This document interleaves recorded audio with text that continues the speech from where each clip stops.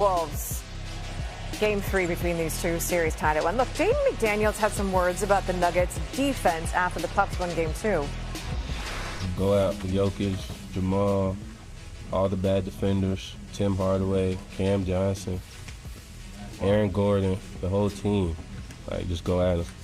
They're all bad defenders. Yeah, they're all bad defenders. Go at all the bad defenders, all of them, the entire team. Early first quarter, there's McDaniels coming up with the steal on Nikola Jokic. Other way, 2-on-1, McDaniels.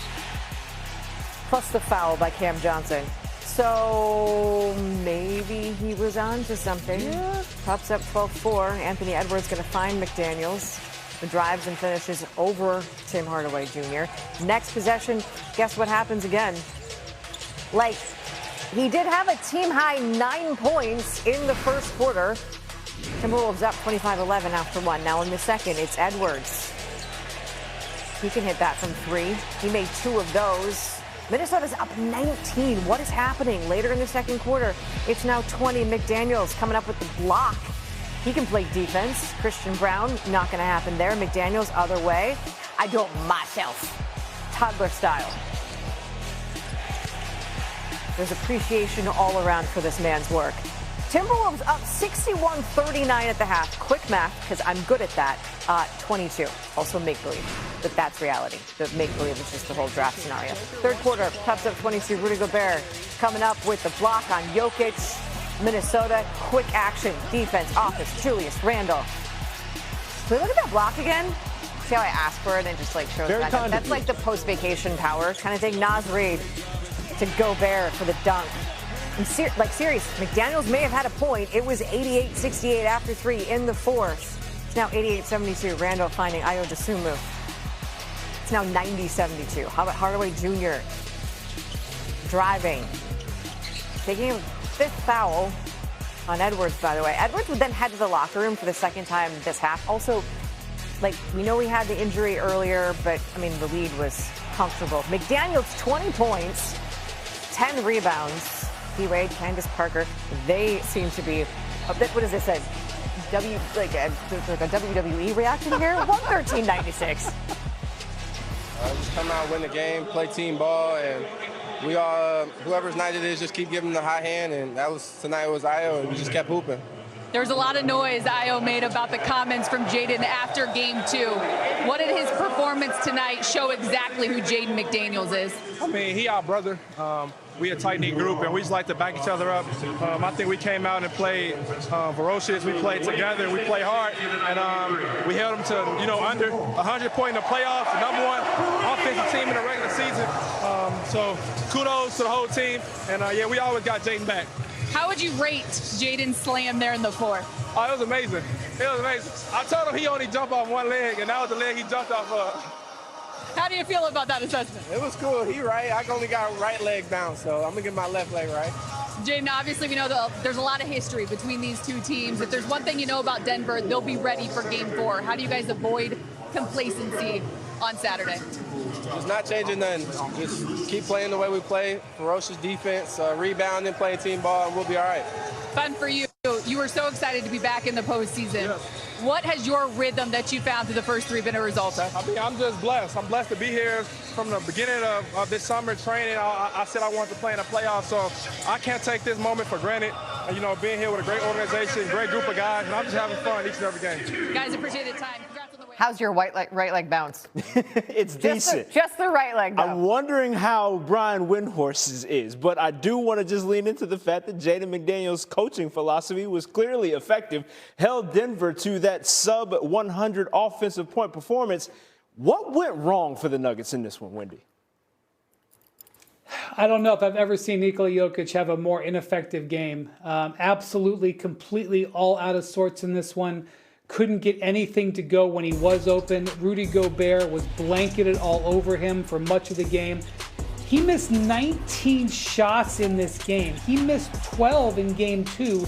That's 31 missed shots in 2 games. He's never had a streak like that in the playoffs.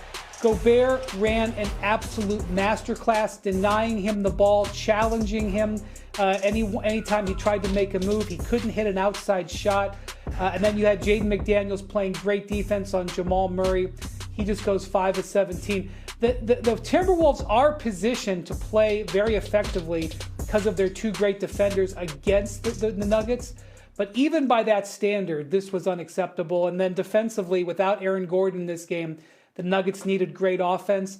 And Aaron Gordon's calf injury now becomes the centerpiece of this series going forward. Health has always been pivotal when it comes to Denver and their potential. And we'll see exactly if they can correct the aberration that this game was in an ideal world for them. But we got to turn over to the Eastern Conference, where playoff basketball was back in the A on Thursday. Knicks Hawks, Game 3 after Atlanta evened the series earlier this week. Halfway through the second quarter, Onyeka Okongwu with the follow-up.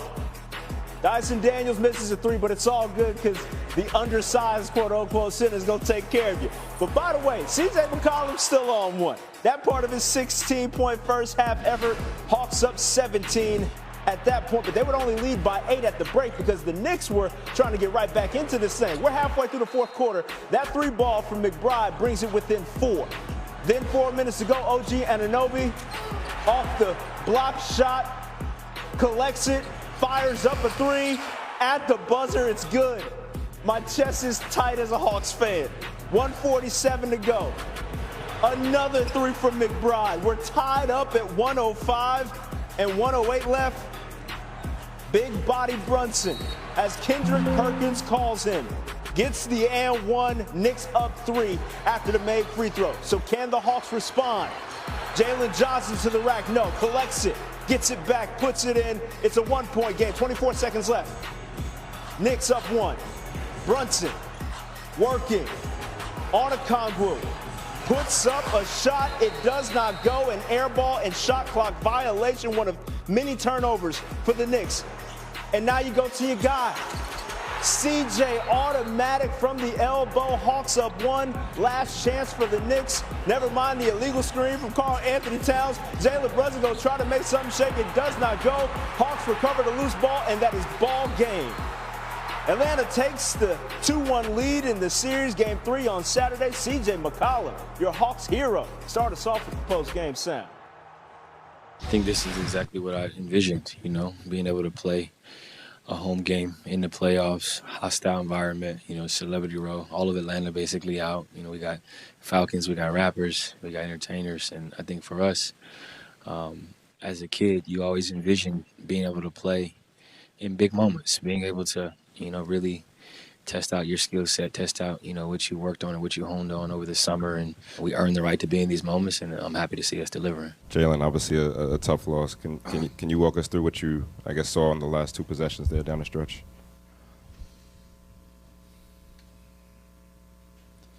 Wish I had a better answer for you. I got nothing right now. Of course it hurts. It hurts when you give yourself a chance to win, and last game, this game, give credit where credit's due. The Hawks found a way to win, but it hurts more that we put ourselves in a position to win and we just didn't close the show. So I think that's why it was emotional.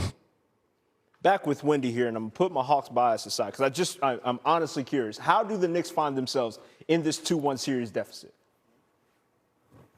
Well, if you look at the way this game ended, an absolutely brilliant play design by Quinn Snyder coming down for that last play for C.J. McCollum. Brunson and Towns are out of the game. They're poor defenders. They isolate OG Anunoby and Mikal Bridges, $370 million of defense on one side of the court, and they run a play that gets the smallest guy on the court, Miles McBride, on C.J. McCollum. Then at the other end, Jalen Brunson goes through 2 screens, and Dyson Daniels navigates them both, blows up the play. The Knicks didn't have any timeouts left because they had to use one on a questionable challenge call a couple of minutes earlier. They really could have used that extra timeout to try after that play got blown up. And then, you just look at the full picture. Losing a 1-point game on the road in a playoff series, not the end of the world. But the Knicks are in trouble right now because they blew a game at home and lost a 1-point game at home in Game 2. That's why they're facing major pressure coming up in Game 4. There were so many questions surrounding the rotation that their head coach was using against the Hawks in Game 2. Maybe those chickens are coming home to roost.